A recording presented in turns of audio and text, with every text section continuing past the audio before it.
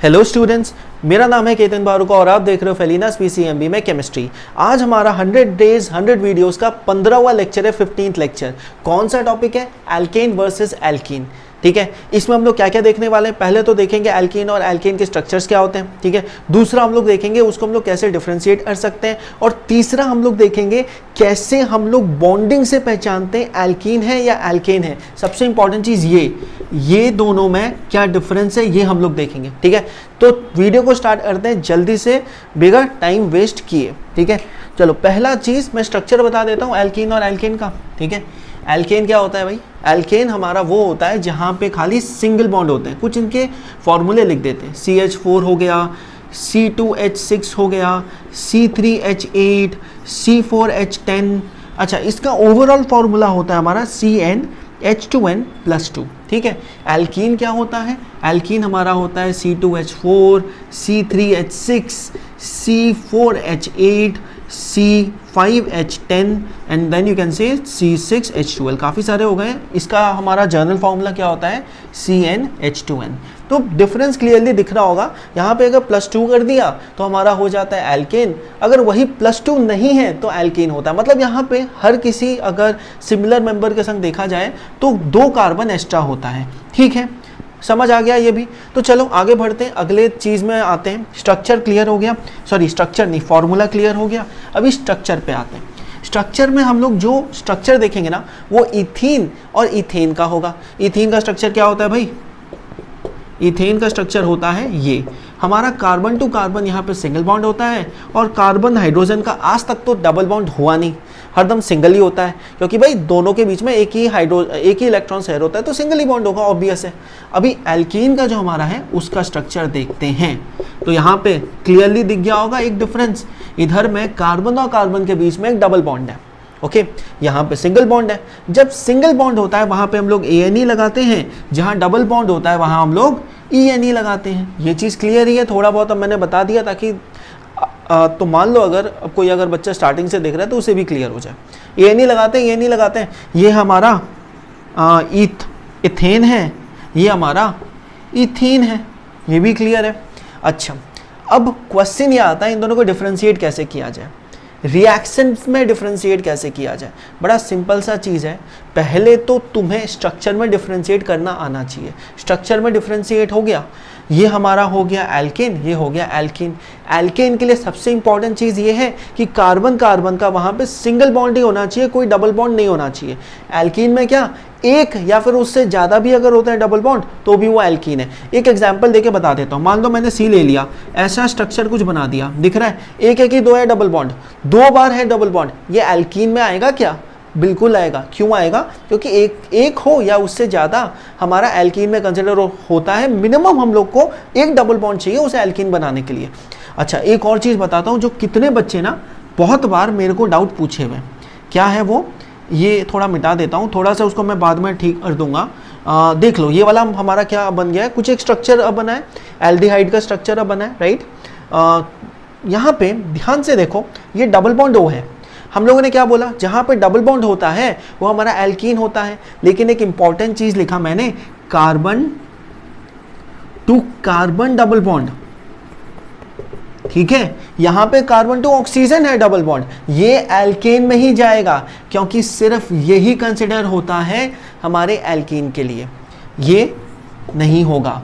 This is aldehyde, ये अलग ही functional group है। इसको अगर तुम लोग लिखोगे ना ANE ही लिखोगे, एंडिंग में ENE नहीं लिखोगे, तो carbon to carbon double bond ही कंसिडर होता है। कार्बन टू अदर वहाँ पे अगर कोई अगर एलिमेंट होता है that will not be considered. I hope so ये चीज़ अच्छे से आ गया समझ में। ठीक है, आगे बढ़ते हैं। आगे बढ़ के हम लोग जल्दी से इनमें डिफरेंस देख लेते हैं। डिफरेंस क्या है वो बताता हूँ। मान लो मैंने ये जो मेरा है एल्केन, इसको मैंने पास कर दिया ब्रोमीन वाटर से। 2 अलग अलग रिएक्शन लिखेंगे तो भाई थोड़ा स्पेस चाहिए होगा। स्पेस के लिए क्या करेंगे, मिटाएंगे अच्छे से, है ना। अगर हुआ तो ये वाला ना पोर्शन को काट दूंगा मैं, थोड़ा सा नहीं काटते नहीं, आज तुम लोग को दिखाते हैं पूरा। ठीक है, ब्रोमीन से पास किया, CCl4 हमारा एक होता है, लिक्विड होता है। अच्छे से लिखते हैं भाई, अब नहीं तो अब तुम लोग को समझ आएगा नहीं, फिर अब बोलोगे क्या लिख दिया, क्या कर दिया। एनीवे, CCl4 से पास कर दिया। दूसरा जो मैंने बनाया था क्या ये हमारा था इथीन। इसको भी पास किया वही ब्रोमीन वाटर से, और CCl हमारा वहाँ पे एक यू कैन से सॉल्वेंट होता है जिसमें रिएक्शन को कैरी आउट हम लोग करते हैं। हर कोई भी हम लोगों का ना रिएक्शन को कैरी आउट करने के लिए वी रिक्वायर है सॉल्वेंट। अगर सॉल्वेंट नहीं होगा तो ये वहाँ पे रहेगा ही नहीं ना, ये तो गैसीय स्टेट में है, तो उसको वहाँ पे रखने के लिए we require solvent. So solvent ले लिया मैंने, इथेन को भी पास कर दिया, इथीन को भी पास कर दिया। अब होगा क्या, अब मेरे ख्याल से काफ़ी बच्चों को इस चीज़ का थोड़ा बहुत आइडिया होना चाहिए। यहाँ पे कोई रिएक्शन नहीं होगा, कोई चेंज नहीं होगा। ब्रोमीन जो होता है हमारा रेडिश ब्राउन होता है, पहला तो रेडिश ब्राउन से नो चेंज। लेकिन क्यों कोई चेंज नहीं हुआ वो भी बता देता हूँ। क्योंकि यहाँ पे ना ध्यान से देखो, कार्बन का जितना भी वैलेंसी है सब वहाँ पे अच्छे से सेटिस्फाई किया हुआ है हाइड्रोजन एटम के साथ। क्योंकि हाइड्रोजन एटम से सेटिस्फाई किया हुआ है, ब्रोमीन को वहाँ पे लगने का कोई जगह ही नहीं वहाँ पे छोड़ा है। अगर जगह ही नहीं छोड़ा है तो ब्रोमीन बेचारा जाएगा कहाँ, कहीं नहीं जा सकता। तो इसीलिए कोई चेंज नहीं होता, ब्रोमीन का रिएक्शन नहीं होता, ब्रोमीन जैसा था वैसा का वैसा ही रहता है। अब दूसरे केस में क्या हुआ, ये ब्रोमीन को यहाँ मिल गया एक बॉन्ड, डबल बॉन्ड। अब जब डबल बॉन्ड मिल जाएगा, यहाँ पे हम लोग को क्लियरली दिख रहा है कार्बन का सारा वैलेंसी सेटिस्फाई नहीं किया हुआ है H से, एक डबल बॉन्ड है कार्बन टू कार्बन के बीच में। तो इसलिए ब्रोमीन क्या करेगा, इसके संग रिएक्ट कर लेगा। रिएक्ट करने के बाद वो कुछ ऐसा स्ट्रक्चर बना लेगा, वो बॉन्ड को तोड़ देगा और दोनों कार्बन में आके अटैच हो जाएगा, और इससे हमारा एक नया कंपाउंड फॉर्म हो जाएगा विच इज 1,2 डाइब्रोमो इथीन। ठीक है, मैं लिख देता हूं 1,2 डाइब्रोमो इथीन। इथीन होगा भी, इथीन होगा नहीं, यहीं पे आता है सबसे इंपॉर्टेंट चीज, इथेन हो गया। क्योंकि बॉन्ड हमारा टूट गया ना, तो डबल बॉन्ड था सिंगल पे आ गया, इथेन हो गया। ठीक है, अब क्योंकि ब्रोमीन यूज अप हो गया है, यहाँ पे जो कलर होगा it will change from reddish brown to colourless. Clear है, तो हम लोग को एल्केन में क्या दिखाई देगा, कोई चेंज नहीं होगा, reddish brown to reddish brown ही रहेगा कलर। लेकिन एल्कीन में क्या दिखाई देगा, हमारा कलर चेंज होके it will form a colourless solution. So this is the biggest difference which you will see between your alkane and alkyne. अच्छे से आया समझ में। अच्छा, मान लो अगर कोई बोलता भाई एल्कीन है, एल्काइन ले लिए तो क्या होगा, एल्काइन ले लिए तो भी भाई वही होगा, कोई चेंज नहीं आएगा, बस ब्रोमीन जो हमारा था वो ज़्यादा हो जाएगा। ठीक है, ये मैंने एल्काइन बना दिया, 2 ब्रोमीन ले लूंगा, सेम सब कुछ रहेगा। यहाँ पे 2H की जगह में 2 Br और आ जाएगा। अच्छा, ये कंपाउंड का नाम क्या होगा आप बोल सकते हो, 1,1 पूरा लिख देते हैं अच्छे से, 1,1,2,2 टेट्राब्रोमो, टेट्राब्रोमो इथेन। गॉट इट, ज़्यादा कुछ चेंज नहीं हुआ। यहाँ पे एक बॉन्ड तोड़ने के लिए 2 ब्रोमीन लगे थे, 2 बॉन्ड को तोड़ने के लिए 4 ब्रोमीन लगेंगे, सिंपल सी बात है। दोनों ही केसेस में सेम रिएक्शन आएगा। एल्केन में एक बार मैं शॉर्ट में लिख देता हूं जिससे तुम लोग को अच्छे से आइडिया लग जाए। एल्केन में क्या होता है, एल्केन में कोई चेंज नहीं आता ब्रोमीन वाटर के प्रेजेंस होने से। ठीक है, एल्कीन में क्या होता है, reddish brown to colourless, bromine water गायब हो जाता है, सफा चक। एल्काइन में क्या होता है, सेम चीज होता है, कोई डिफरेंस नहीं है। समझ आया अच्छे से। सो this is how you can differentiate between alkene and alkene, या फिर सैचुरेटेड और एंड अनसैचुरेटेड। एक और रिएक्शन है, पोटेशियम पर मैंगनेट सुना है, सुना होगा ना। हम लोग यहाँ पे लेंगे एल्कलाइन, कोल्ड, बहुत ज़्यादा ठंडा होना चाहिए, कोल्ड एल्कलाइन पोटेशियम पर मैंगनेट। अब कोल्ड एल्कलाइन पोटेशियम पर मैंगनेट लिया, ठीक है, इसका नाम एक और दिया गया है बेयर्स रिएजेंट।